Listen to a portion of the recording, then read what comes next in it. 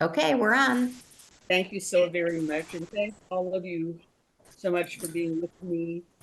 I just want to preface this by it takes a special group of people who want to talk about war, given the world that we're in right now, but not to fret about this because this is going to be very heavily from a Jewish perspective, somewhat from a perspective. You're going to learn some things you didn't know about perspective. I'm going to ask you if you please yourselves just pretty just a bit of background noise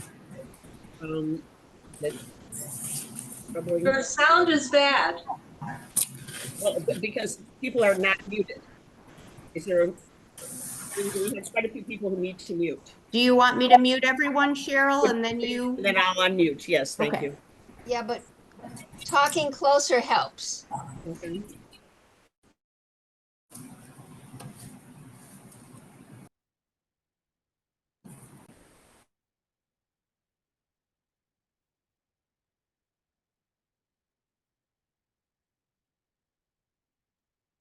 Here, I'm back.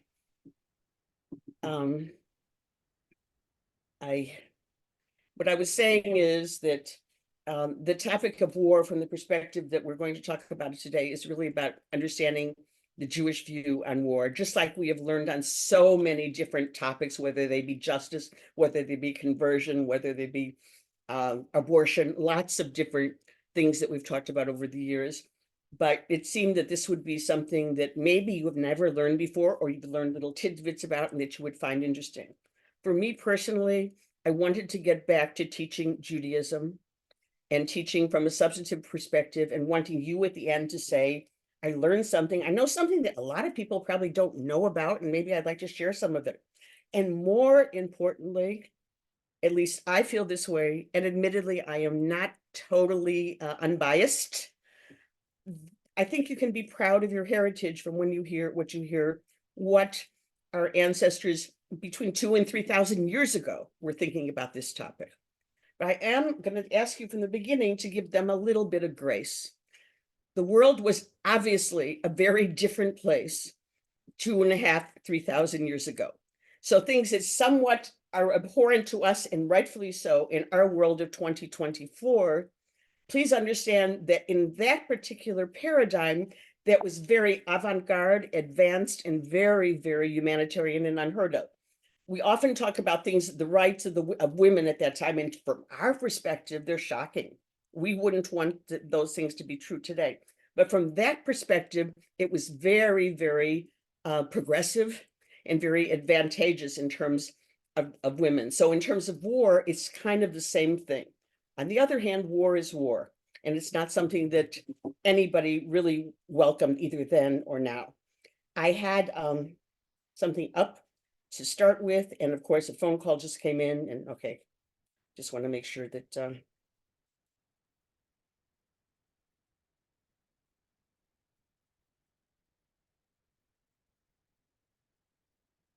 give me a second. Unbelievable. I had this so ready. Let me see if this is even it.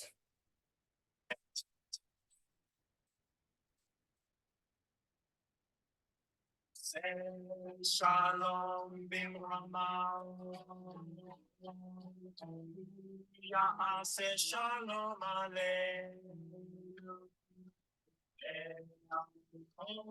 Israel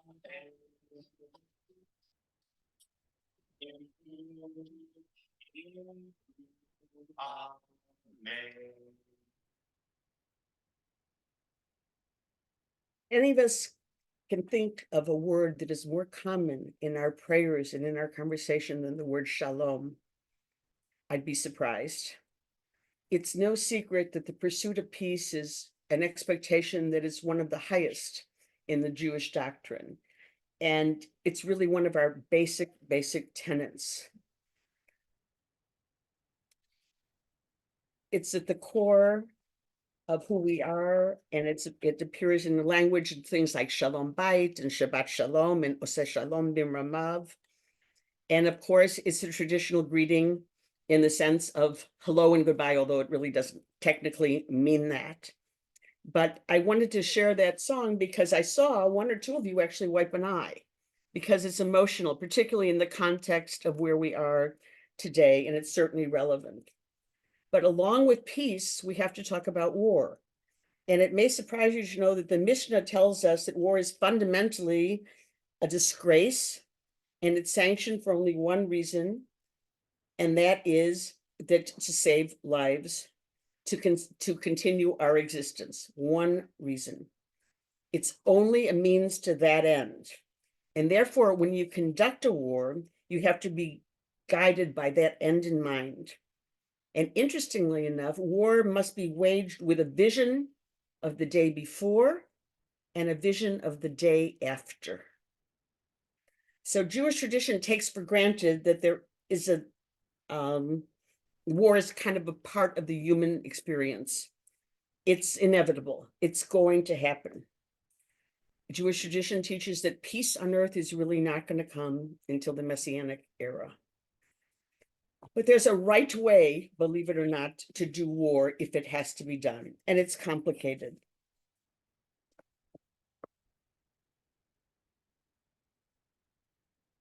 When the Israelites were about to leave the desert and about to enter what was to become the land of Israel, Moses speaks to them about war. And what they're supposed to do is to take over the land of Canaan, which is biblical Israel. And how are they going to do it? They're going to be doing it through military force. But the first rule of Jewish war is to avoid it. So prior to attacking an enemy, a Jewish army has to offer peace. If the offer is not accepted, however, the Torah mandates that only men can be killed.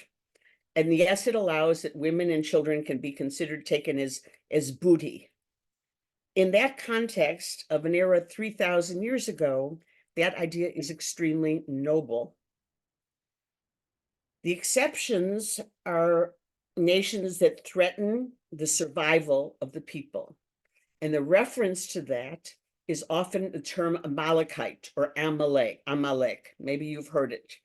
That was a group of people at that time in history, but the word Amalek has come today to signify any group or individual who wants to destroy Jews in their entirety. It's become sort of a generic catch-all phrase, and it's still used today. Wipe out Jews, that's Amalek in action. What I think is really interesting and something that I learned a long time ago that really made an impression, and maybe it'll make an impression on you guys as well, is that there are two kinds of wars in Torah. There's something, okay, the word for war is milchama, and a war of, which has a little bit of a suffix to it, is et. So milchemet mitzvah, a war that is commanded. And there's a milchemet reshut, a war that is permitted. And a war that is commanded is a war for survival. A milchemet mitzvah is a war for survival. That is a simple and heavy and critical definition and a necessary understanding. All the other wars are referred to as milchemet reshut, which means permitted wars. But there's a but, and there's a big but in this. So what this includes are wars in the generic of kind of territorial expansion. And in our history, there was one such war, and that was the war of King David, taking over more lands, increasing the lands. But fun fact for you guys, there has been no discretionary wars since that time up until today. One of the things that the rabbis did to make sure that there wouldn't be any discretionary wars, there would only be, if it was a war, it would be a mitzvah, milchemet mitzvah, a commanded war. One of the things that they did is they said, no one person, even a king, can declare a war. It has to go before the Sanhedrin, the court of judges. Now, you know how hard it is to get people to agree on things, but very wisely, if there had been the need for, or the request for, an expansion war, a war of expansion or whatever, a milchemet reshut, we're asking for that permission, going behind the Sanhedrin, going up to the Sanhedrin, excuse me, would put the barrier, increase greatly the likelihood that it would be voted down, that it was never going to happen. But from my understanding, it wasn't necessary. It didn't happen. That was a theoretical law because there has not been a discretionary war. So every war from those early days, after the taking over the territory, the land of Canaan, biblical Israel, has been a war that is mitzvah, milchemet mitzvah, a commanded war. Another thing, think about it, is that after the biblical era, the laws of combat have been purely theoretical until the establishment of the state of Israel, because there were no Jewish armies and there were no Jewish wars. Anybody want to say anything? I'm sorry, because I want to look at text. If you want, the texts were pre-sent, and I think I can maybe put them on the screen as well for those that you didn't see it. But while I'm humming them up, would you like to any comments?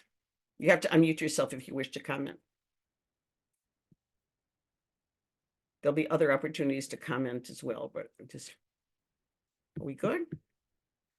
Okay, so let's see if we can do a screen share on this.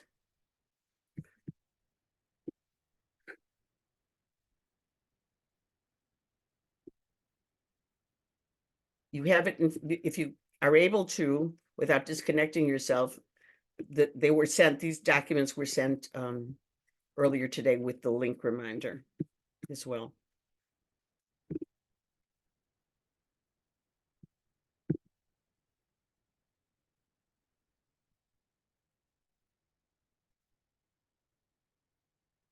Are you guys seeing my screen? Are you seeing my screen? Can I have a? We can see partially in Hebrew. Only partially? Yes, just partially and all in Hebrew.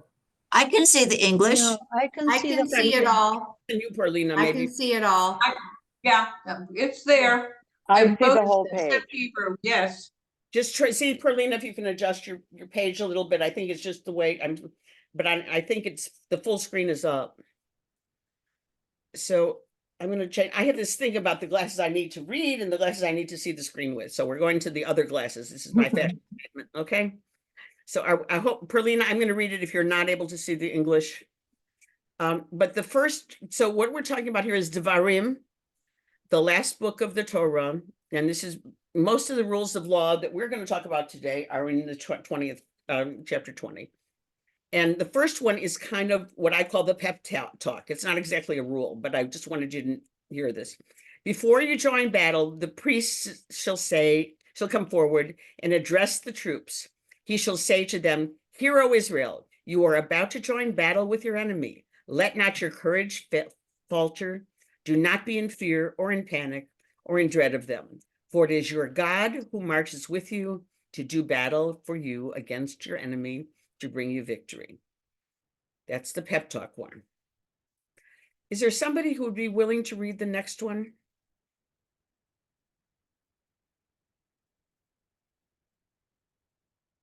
Cheryl, I will. Thank you It's so much. Mark. Marty. Okay, you don't have to, if you want to, you can skip the part that is in italics about 2/3, Okay. but go, because it's repetitive, but go for it. Thank you, I appreciate it. Then the officials shall address the troops as follows.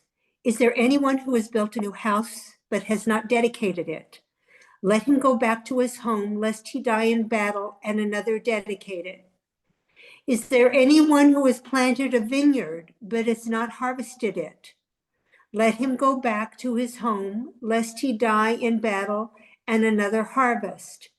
Is there anyone who has paid the bride price for a wife, I'll skip down thereby to, making, yeah, but who has not taken her into his household?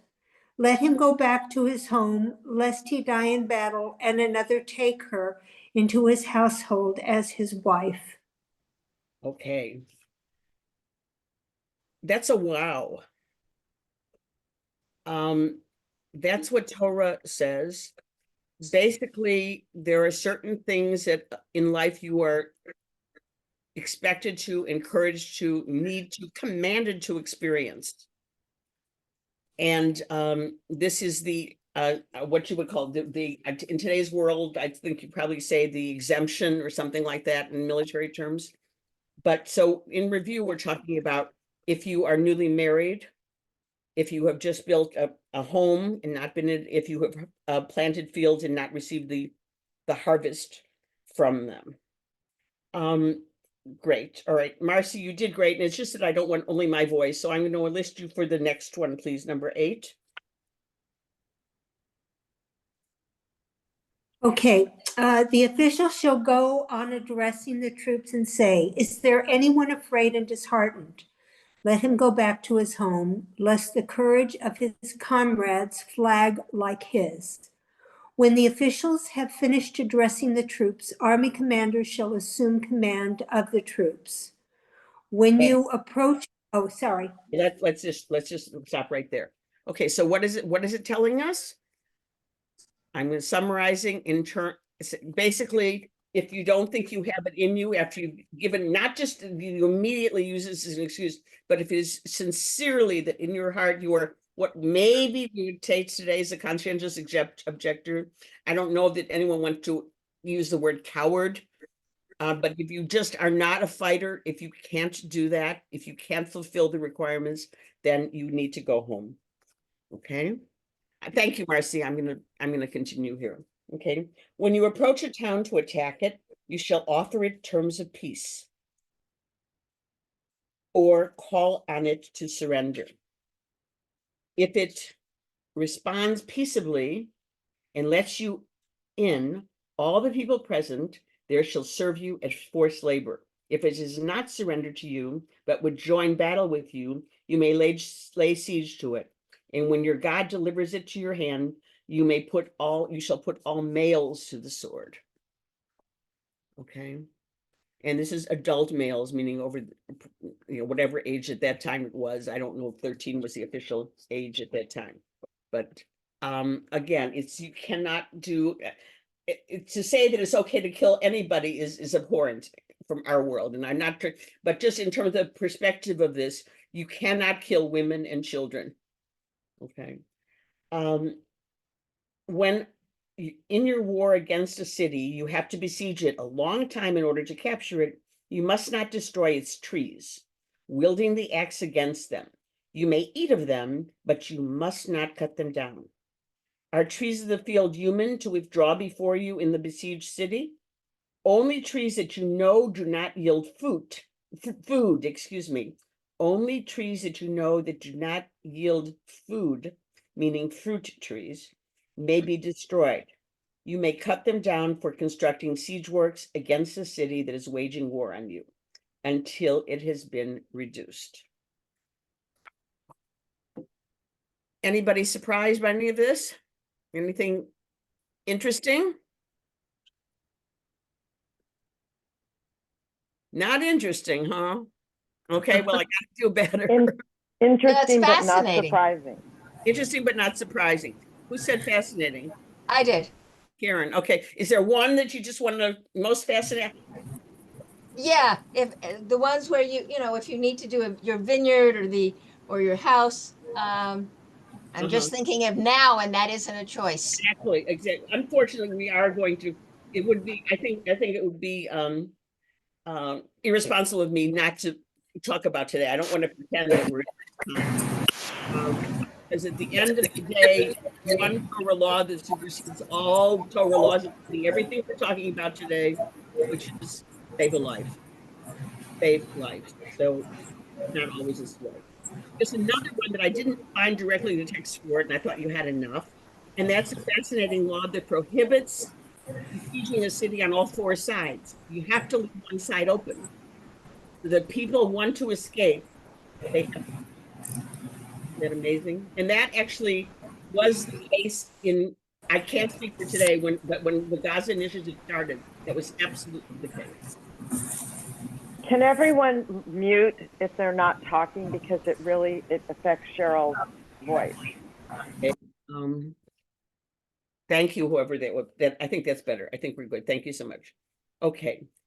So there's lots more to talk about, and let me go through this a little bit with respect for time, so we can cover most of this.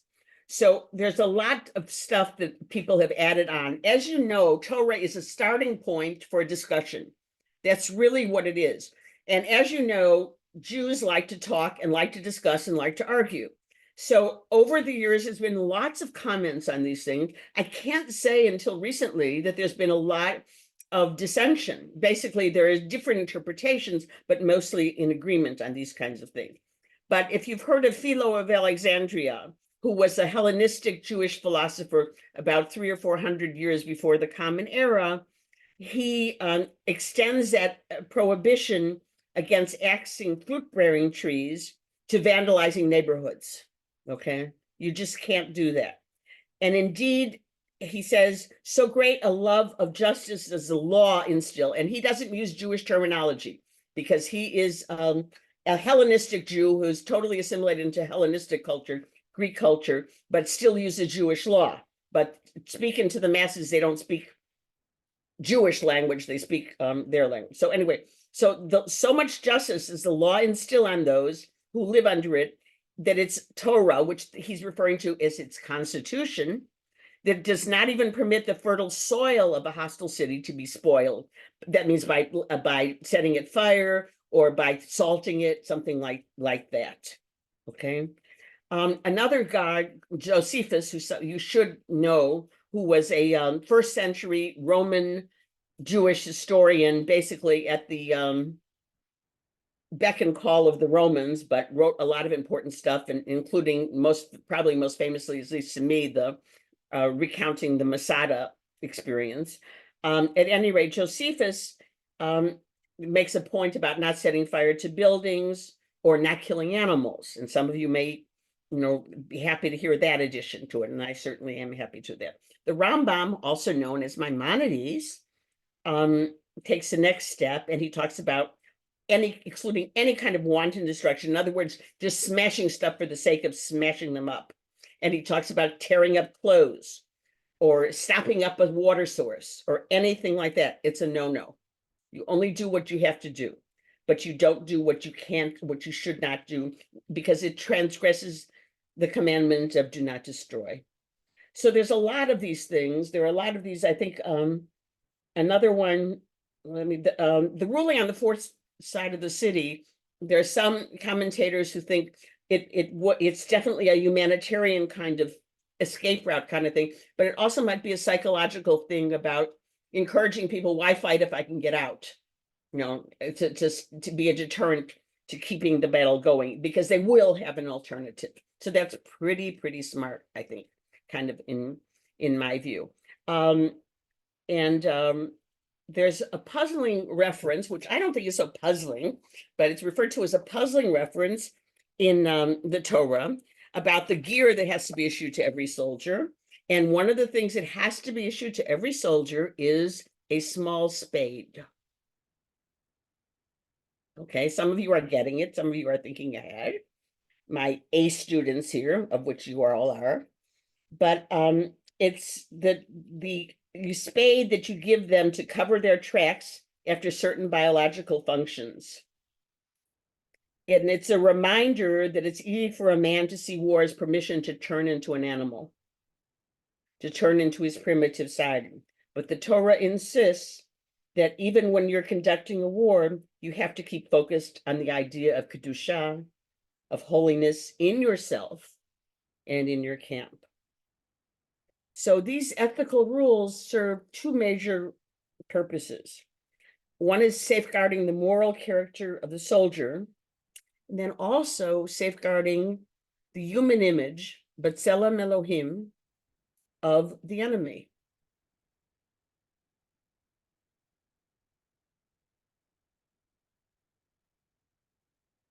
I'm sorry, it's important. Safeguarding the moral character of the soldier and preserving the human image, that we're all created in the image of God, B'Tselem Elohim, including the enemy. Okay. There's maybe some of us, particularly maybe some 70s era anti-Vietnam type people who had idealized at some point in our lives the idea of pacifism. So of course there's a comment about being pacifistic, being again not waging war, let it happen. Don't be a part in warfare. And in terms of what is said, and the quote that I have, and I'm sure there are others, but is from Rambam, one of my all-time favorite, is that the neglect of war, a warfare that brought about conquest, destruction, and exile. And it's hard to see why the advocates of pacifism are more moral than those who seek to prevent war by a reciprocal balance. We can talk about balance in terms of nuclear arms these days as deterrent, not as for use, but it's the fact that we have officially a thing for you need to protect yourself. Pacifism is not a Jewish value or not upheld in the Torah. Might be of surprise to some of you, maybe not, but I just felt that to be complete, I should mention that.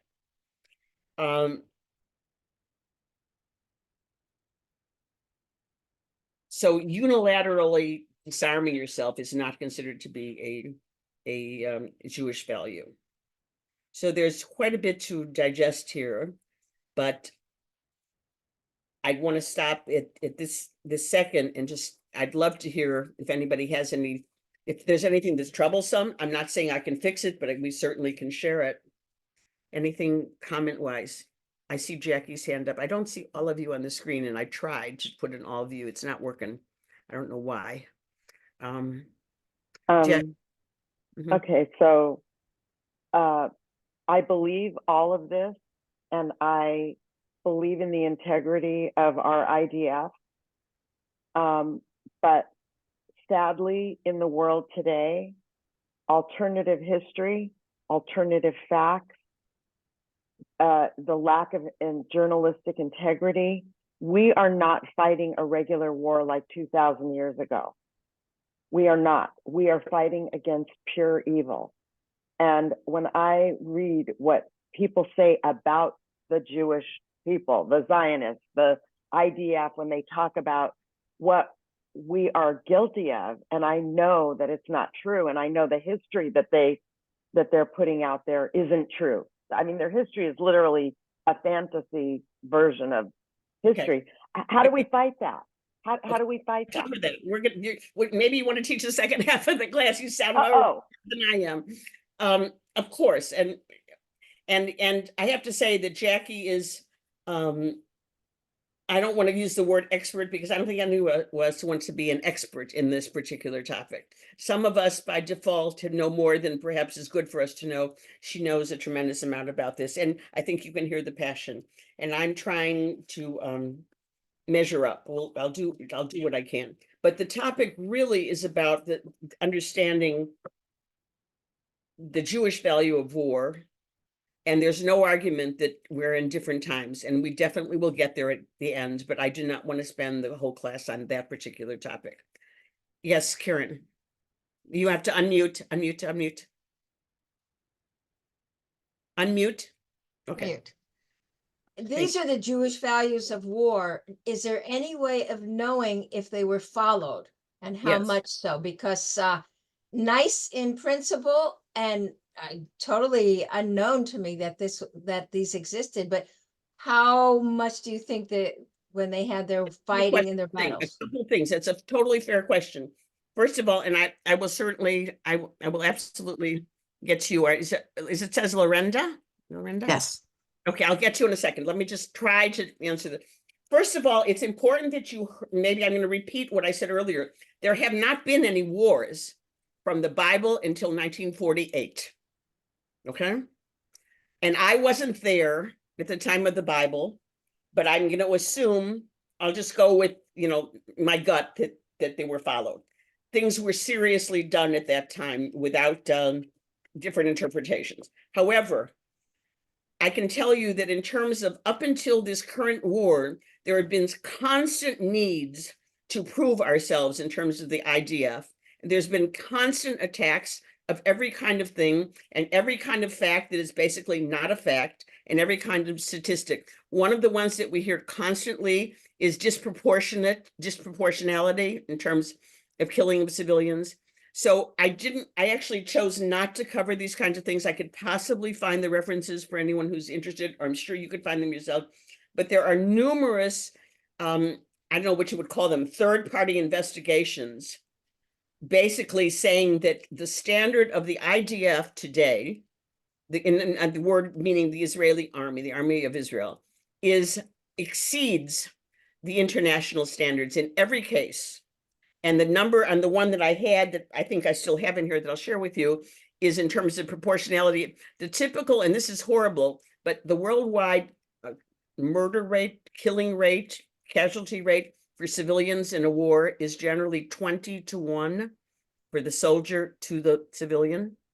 And the Israel one in Lebanon was 1-1, which is a horrible, you don't want to have any kind of number. Understand, this is a discussion that is tough and unfortunate, but obviously none of us were there. I also want to say that we have lots of human fallibility, and I'm going to touch on this as well. So things are not perfect and never are. There seem to be more perfect, and the official thing is more perfect than many other armies. But the facts in terms of people who are in a what's the word I want? Without an agenda type evaluation process, Israel looks good in every one of these studies. Okay. It's this one right now is we have nobody providing facts on casualties except Hamas, and we have no definition of who a civilian is. And we have no definition of who a civilian is. There are other complications. More on that later. Okay, Lorenda, what did you want to say? I was actually going back to Vietnam and the definition of pacifism, which we've gone past now.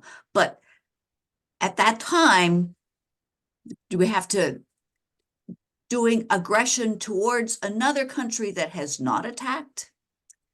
That can't be right. That can't be right. And pacifism, as defined as not doing that, is okay. Pacifism, not defending yourself, okay, would not be a good value.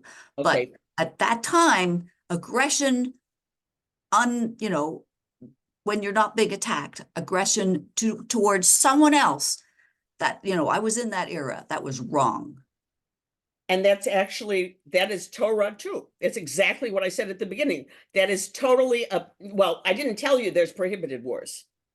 There is a third category. I didn't go there. I thought and that would be that. But what I was thinking in pacifism, and I'm sure that I messed it up in terms of my words, was more Gandhi type pacifism. Mahatma Gandhi type pacifism, which is no war at anything, you sacrifice yourself kind of thing. You don't sit there as sheep. That's not the Jewish way either. Okay, so let's talk a little bit about, so I'm going to say two things. I'm going to say IDF. I'm also going to say, because I want you to learn and be comfortable, Tzahal. It's the exact same thing, the acronym in Hebrew and the acronym in English for the Israeli Defense Forces. And in the Tzahal, in the IDF, there is something that is called, that is important. Excuse me, I'm going to take a pause because I just looked at my notes and I need to say something. We're going to talk about the IDF, and I have to say, and there have been so many tragedies, there's no ending to them, but we lost a local last week, Yehoshua Oster from Cleveland, who made an aliyah 3 years ago with his family. He was a recent graduate of Fuchs Mizrahi, and may his parents be comforted among the mourners of Zion and Jerusalem. Sorry, he's one of many. It's just, and there have been other close Cleveland connections, and we all have other kinds of connections. But this was, many people here know him. His mom worked for Cleveland Jewish News. Had worked, I mean, before they moved to Israel. Okay. So back to IDF, back to Tzahal. There's something in 1992, the IDF drafted this thing called the Code of Conduct. And there was a Code of Conduct before, but it wasn't official. And the Code of Conduct does three things. It combines international law, it combines Jewish law, and it combines the IDF's ethical code. And it's called Ruach Tzahal, the spirit of the IDF, Ruach Tzahal, or the IDF Code of Ethics. And what this basically is a representation of the values, and it stands kind of as a foundation for each soldier's responsibilities. And what it says, in many more words that I'm going to say, is that the IDF's serviceman's responsibility is one of self-control in the use of arms. Is one of self-control in the use of arms. Okay. And during basic training, every soldier studies and analyzes this code of ethics together with their commanders. And it's customary that a copy of the code is posted in every commander's office, and that every soldier carries a little card with him in his pocket that has, or her pocket that has that, the coat of arms, the Ruach Tzahal on it. Okay. And it's called in English, the purity of arms.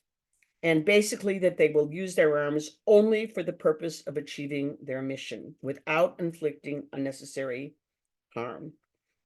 And Prime Minister Ben-Gurion sort of had heard that term. He didn't invent the term Ruach Tzahal, but the purity of arms, but he made it kind of the dogma from the early days of the State of Israel, and then it became official in this particular document and this little card that you keep in your pocket in 1992.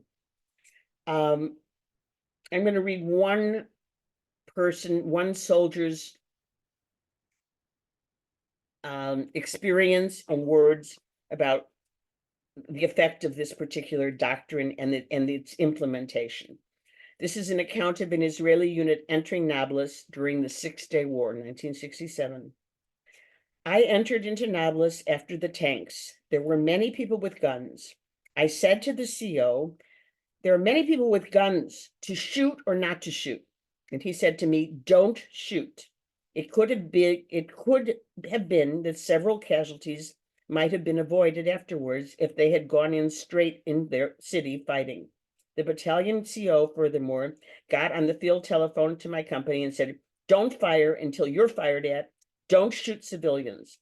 Their blood would be on your hands." The boys in the company kept talking about this afterward. They kept repeating, "The blood would be on our hands." The Ruach Tzahal, I have a weird personal experience with, although I've never been in the IDF. I did see one swearing in ceremony at the Kotel once, and we were fortunate to be there at that time. But and there's one person on this call, Etty, who might have an opinion to add on this, or her husband, because he served, maybe others that I don't know about. At any rate, it so happened, when we lived in El Paso, Texas, our home we hosted many people, frequently people who were speakers or organizational heads or whatever who were passing through town. And we ended up, some of them were like repeats. And we had this one guy, and I can't remember his last name, it's driving me crazy, because you may be aware that many Israelis don't have last names, okay? Everybody's under first name. His name was Amos. His name is probably still Amo. Anyway, Amos had told us that he was, he probably stayed at our house 3 times over there. Amos told us that he was one of the writers of the Ruach Tzahal in 92. And I always remembered that. And he said, our problem is the mothers. And I didn't get what that meant. And what then later on, fast forward 15 years, I had to substitute for a rabbi who was teaching a class from the Hartman Institute. It was on video, and it was on Ruach Tzahal. And the class was specifically on the order that you should not shoot your gun until 3 seconds after you see your target. 3 seconds is an eternity if you are trying to defend yourself, if you are trying to stay alive. 3 seconds is an eternity. And what they said in that was, the mothers are really upset that their kids have to wait, are told to wait and not shoot, because if it's your kid, that means everything. So it just was a little human touch to this particular thing. But there's no doubt that turning towards extreme humanity can kill our soldiers.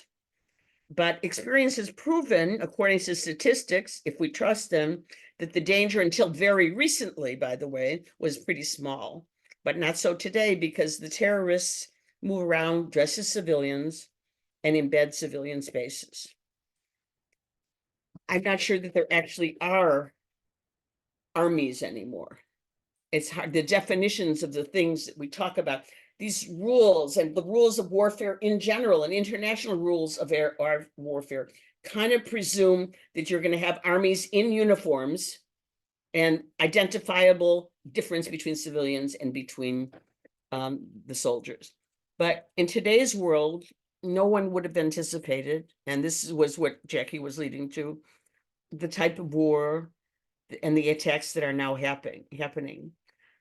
Forget the traditional mindset and forget the expectations. Just the terms just plain don't mean what they mean. So there is a law that we're supposed to be constrained by in terms of militaries. It's called the Law of Armed Conflict, LOAC, or the International Humanitarian Law, which is a different law, but similar, the IHL. And to distinguish between civilians and combatants is one of the primary parts. How do you do that? How do you do that? Many of the combatant, at least in Gaza, speak some rudimentary Hebrew as well.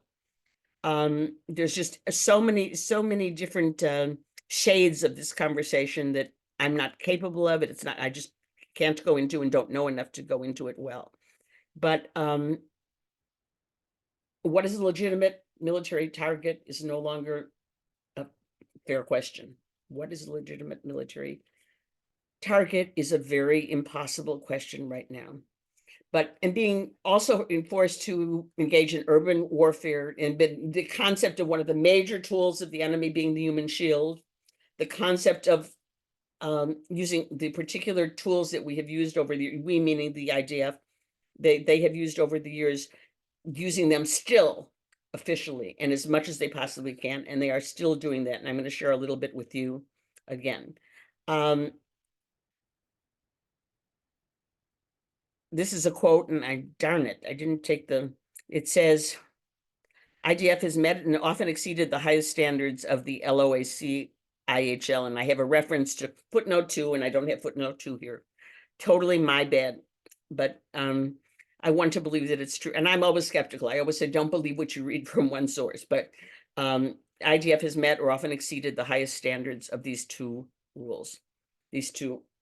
I'm going to, if you give me a sec here,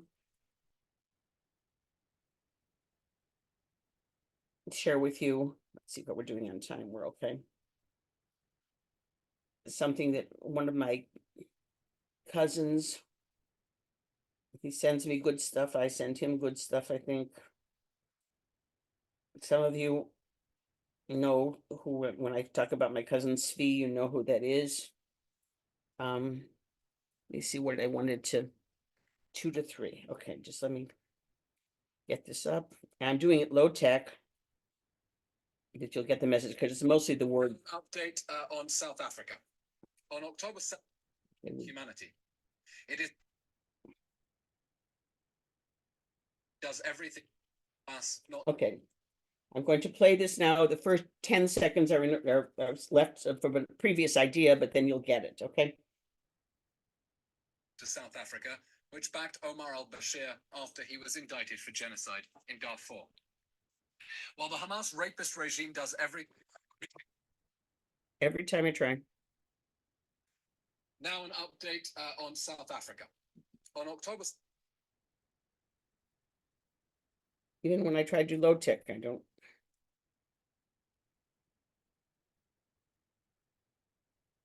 Not new to South Africa, which backed Omar al-Bashir after he was indicted for genocide in Darfur.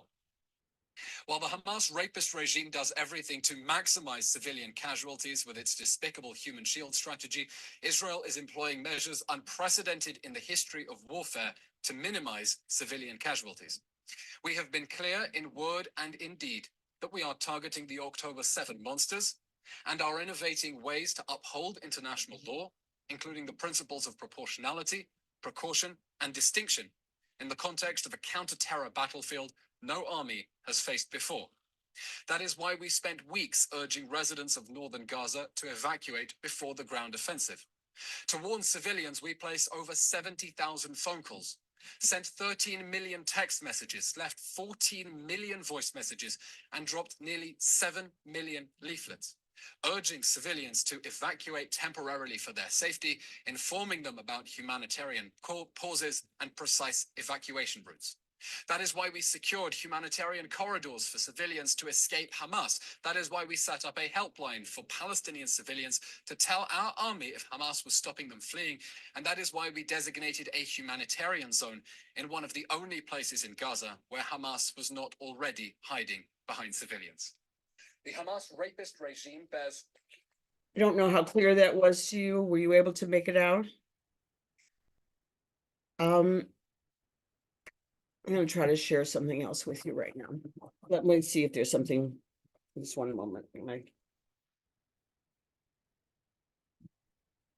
Okay, so you probably are already aware, but when it suspects that civilians are near a military target, the IDF warns them to evacuate with phone calls, texts, you heard in the millions, and other means. And it also aborts many operations to avoid harming innocent people. It says that, I have a note here that says that IDF's tactics often go beyond what is required by the Geneva Convention. We're using until recently roof knocker bombs, the knocker bombs that didn't have the warhead on them to give a warning for people to evacuate. I don't remember why, but there was a really sound reason that it didn't matter anymore. There was too much noise, or I don't remember. They weren't effective. They didn't happen anymore. So in a 2015 report about the IDF, military leaders from other liberal democracies expressed strong concerns that the actions and practices of the IDF to prevent collateral damage were so extensive that they would curtail the effectiveness of our own militaries, were they to become constraining norms of warfare enacted in law. So other countries were concerned that they would be expected to measure up to the standard of the IDF. So hopefully, Karen, that's something that is reassuring to your question that you had before. I want to show you a screen share. Let me get it up first if I can.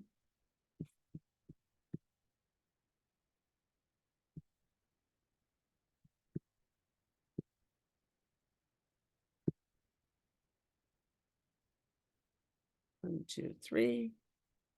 Let's give this a shot.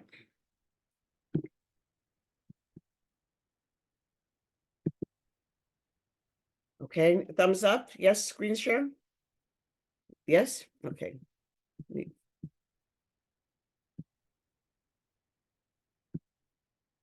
Okay, we're not going to look through this whole article. I had told you that I really learn a lot from Times of Israel, but I also listen down to this is titled Gaza Man.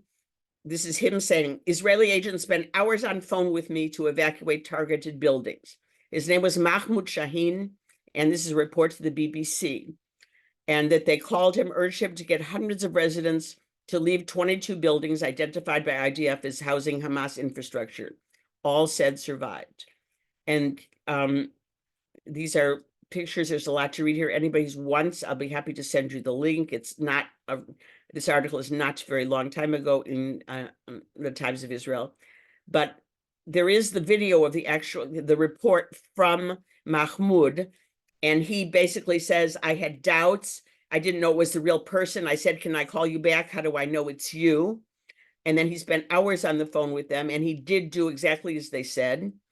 And according to then later in the evening, according to Shaheen, his phone rang again that evening with another Israeli officer on the line. This one identified as Dawood. Oh, they also said, he makes a comment in his video saying that they all spoke excellent Arabic.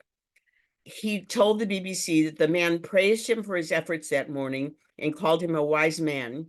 He said the caller knew a great deal about him, including his son's name. He was told that there would be further strikes and that he had to evacuate his neighbors again. He repeated the morning process, this time in the dark. Then 3 more buildings were destroyed once they were emptied. Okay. This is the ugly side, but it's also the practical side. At some level, this is kind of amazing.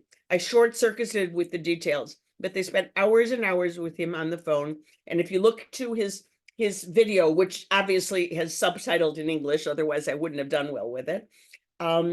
It's really very human and amazing. And you can, and should I do it now? How do I know it's you? And then he says at one point, send me a signal, and they do a knocker bomb. And he says, I want to be sure, send me another one. They do another knocker bomb immediately, and then he believes them. And he was responsible for saving thousands of lives. But one of the things that happened in this is these folks were able to escape. There is now being wiretapping of this particular process, as little as difficult as it is to understand and the effort that goes into it, that they're not being allowed to leave once they are getting a warning. Because the idea of civilian casualties and increasing those numbers is a major tool of Hamas. So even though they know, they're often not allowed to get out. There was a horrific recounting in early November of a kid in a house, and the family was told, and they basically, there was a tunnel under their house, and the family was told to get out, and they were not allowed to leave. I think they were shot dead, but they were not allowed to leave. So it's just horrific stories that we don't even want to imagine, that we kind of need to talk about. So reactions at this time, I'd like to take a breath and a pause before I sort of come to the end.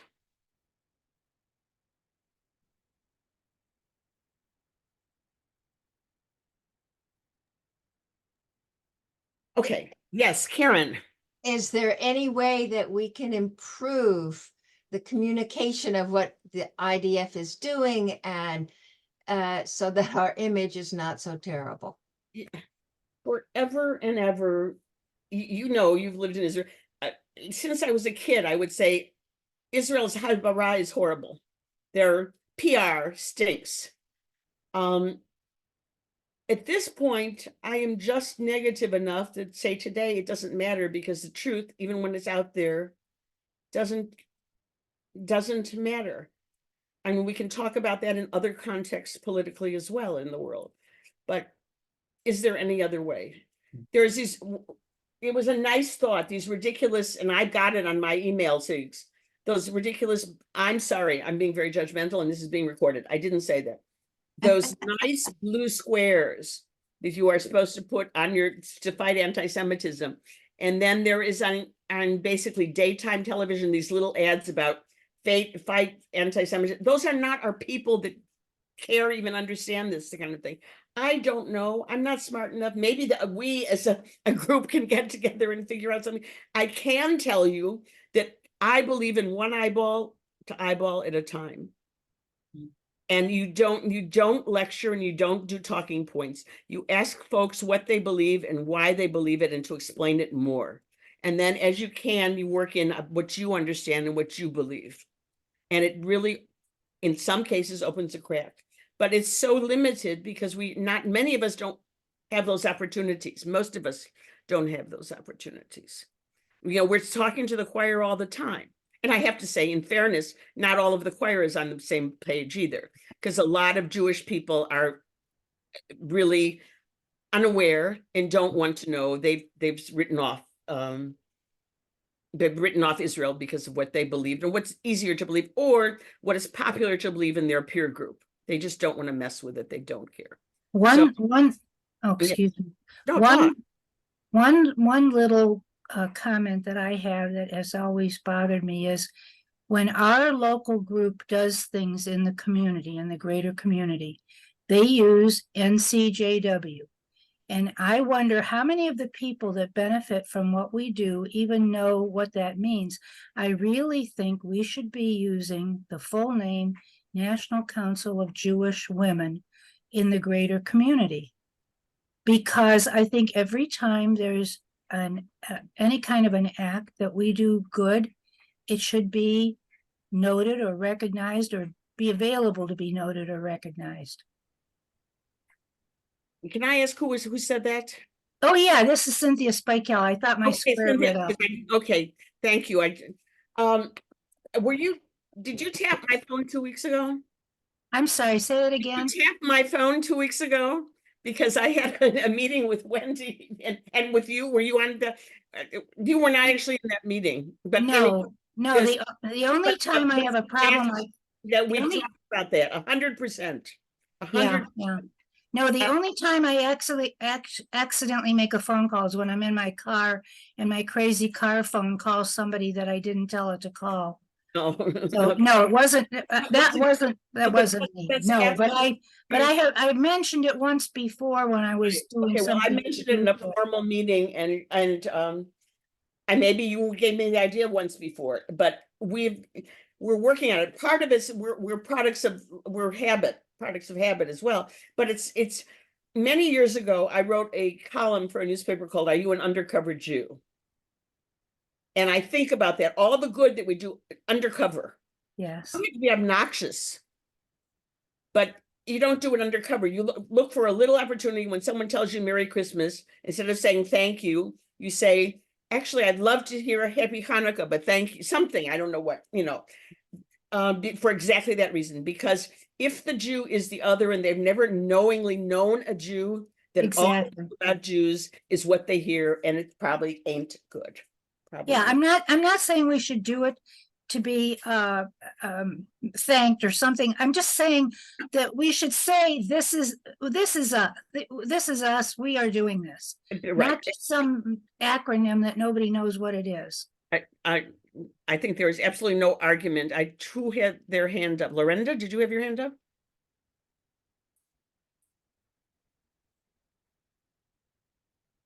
No? Okay. So talking about people who aren't particularly nice Jews, and there are some of them, I just want you to know, because I don't want to be Pollyanna about this, that not everybody in Israel agrees with all of the efforts that have been taken to save the lives of people in warfare, and specifically in this particular war, but certainly for years prior. There are some more violent Jewish attitudes. Fortunately, they are fringe.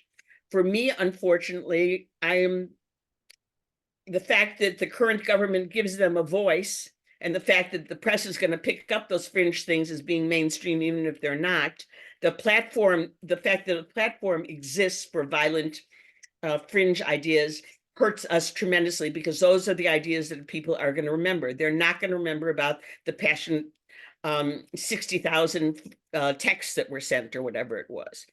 But just in terms of what I had mentioned before, and I have really no problems with the use of the word Amalek as the enemy, someone who wants to destroy us generically. And the Amalekites today might be Hamas. I think that and the Amalekites before were the Nazis, and et cetera, et cetera. That usage for me personally as Cheryl is okay. But you have to remember that Jewish tradition does permit waging war in certain cases, but it's very, very limited. And you have to try to make peace before you do that war. But some fringe some fringe rabbis draw upon fringe Jewish law, to authorize inhumane and, in my opinion, immoral, offensive behavior during wartime. And 10 years ago or so, when I remember this, there was this horrific book that came out called Torah Melech. And basically, it was a bunch of extremist Kahana settlers who frequently were fighting with the IDF. And one of the things that stuck with me, I'm sure there was much, but it was okay to kill Arab children because they're going to grow up someday to become Arab terrorists. So get them while they're young. This is horrific. And the mainstream has condemned this particular interpretation. And the Israeli military to this day still is clashing with them and still subscribing to the purity of arms. But these people have a platform, and news media picks up on that platform. That's the opposite of what, in terms of our plan to do good, working against us very much. There's always going to be fringe. There's always going to be kooks. They're there with us, our people as well.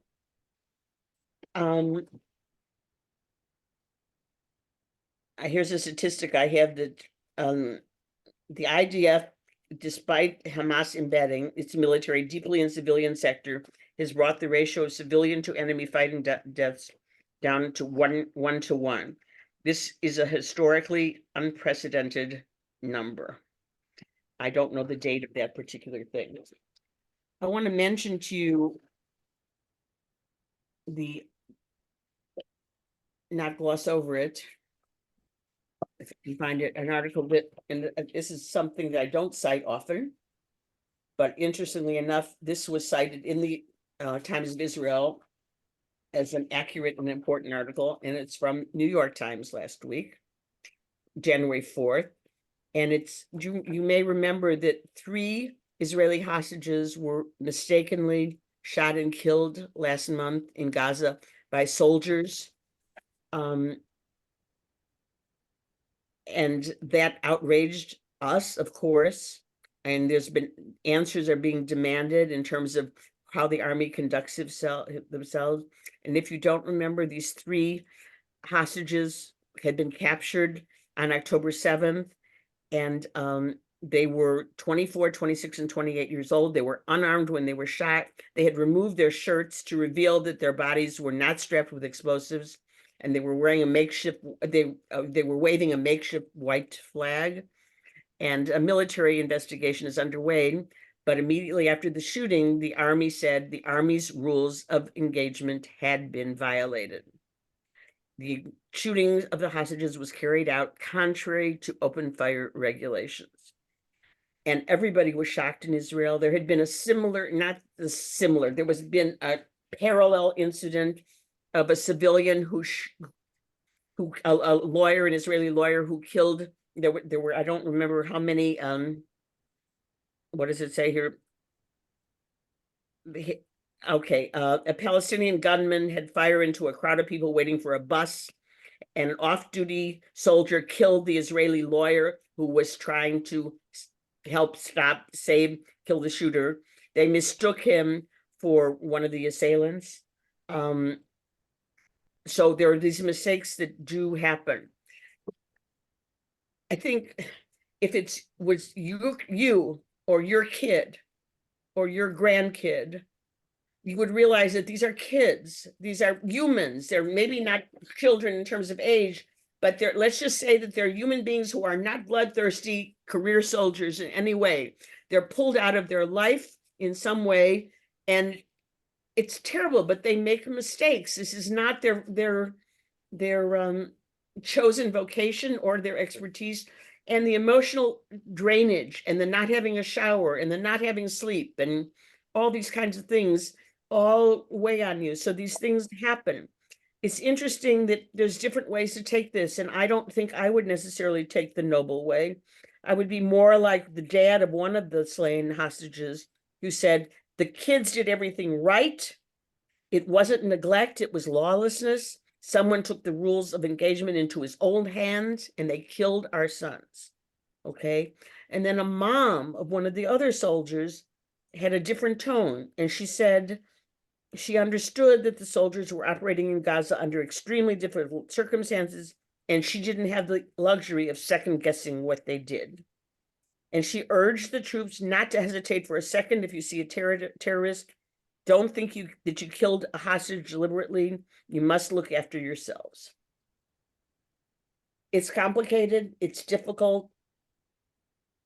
It is what it is, but mistakes are going to happen in war because of the human element. As much as we try to do everything right, we don't have a lot of things going our way. The challenges are, I'm terrified to say insurmountable, but they certainly are beyond what we could ever imagine. Etty, do you want to say something? Yeah, I have a question for you. I hope I have an answer, but okay, no promise. No, it's like what is mind-boggling when I look at some of these ultra-Haredis that are doing pro-Palestinian, participating in pro-Palestinian demonstrations and citing, they are anti-Zionist. I understand that. But what kind of justification can they find in the Bible to side with pro-Palestinian organizations against the whole Israel? That's, Okay. do you know what guides them? My Mickey Mouse child's answer, but that's what I learned as a kid, and I've not heard anything better since, which is the understanding is a theological one that Israel was gotten by humans, and that isn't how Israel has to come. God has to miraculously, I don't know, hand it to us with the wrapping or something. It has to be an act of God. And the fact that humans were part of the struggle to get the state of Israel makes it not kosher. Does it sound like, okay. That's basically it. It's a theological thing that it's not, since we got it through effort. I think most modern Jews, all modern Jews would say, if they're religious, we are the instruments of God to make this happen. But that's not the belief. It's a Yeah, but I I understand what you are saying, and I know that they are vehemently against the state of Israel. Right. But here is about humans, your fellow countrymen being killed and atrocities committed against them, and they still ignore that fact and go inside with them publicly and in large numbers. Right. Right. I don't know if you've seen them in photos with Hamas leaders and with Hezbollah leaders. Yeah, that's what I could never understand. Right, right. I just read, and I'll get to you, Karen, in a second. I just yesterday, and I read between two moms, one I don't know what you would call her, a modern Orthodox, who all of our kids serve in the Sahal, and you sit there, it's writing to a mom who's Haredi, and why don't you serve? And the Haredi mom writes back, you are the ones who are doing the wrong thing. You should be learning. Your kids should be learning. We are the ones who are serving God. So basically, we live in different universes, and they're discounting folks that don't live in their universe. And in my view, this is the Torah according to Cheryl, and I use it a lot. I don't believe these people are true Jews.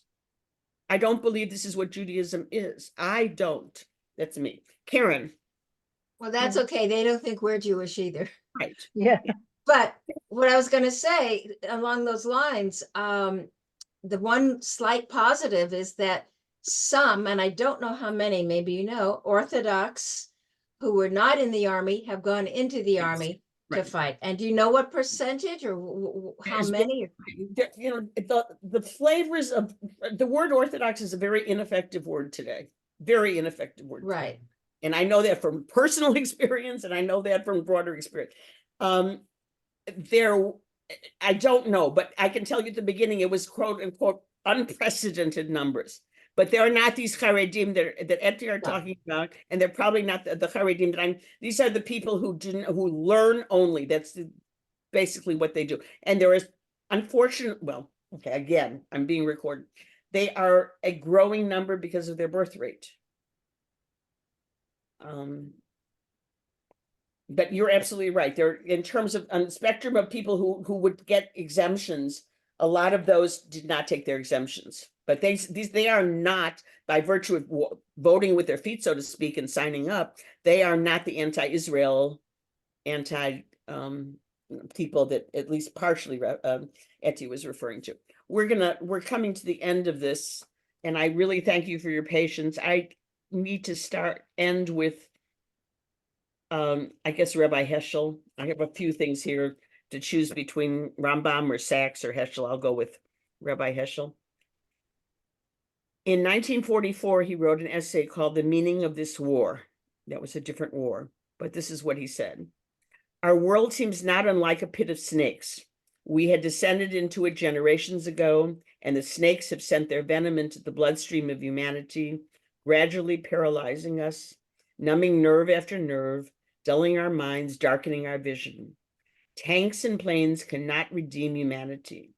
The killing of snakes will save us for the moment, but not forever. The war will outlast the victory of arms if we fail to conquer the indifference to crime when committed against others. Evil is indivisible. The greatest task of our time is to take the souls of men out of that pit. To those who would say, where is God in such suffering? Heschel turns the rhetoric inside out and declares, God confronts us with the question, where are you? Is there no compassion in the world? It leaves us with the concept of what can we do, which someone asked. My only advice is to remember that we still are around, and all of the people who were fighting against us and trying to conquer us are not. We will survive. And little by little, one step at a time, one person at a time, we can chip away. But this is tough, and it would be disingenuous of me to say this isn't a challenge that we never would have anticipated. You all know that. I'm speaking to the choir. But on the other hand, the fact that you wish to learn, the fact that you give me an opportunity to share some things with you, strengthens me. Hopefully it strengthens all of you. I hope that we can have conversations very soon where this isn't even a little part of our class.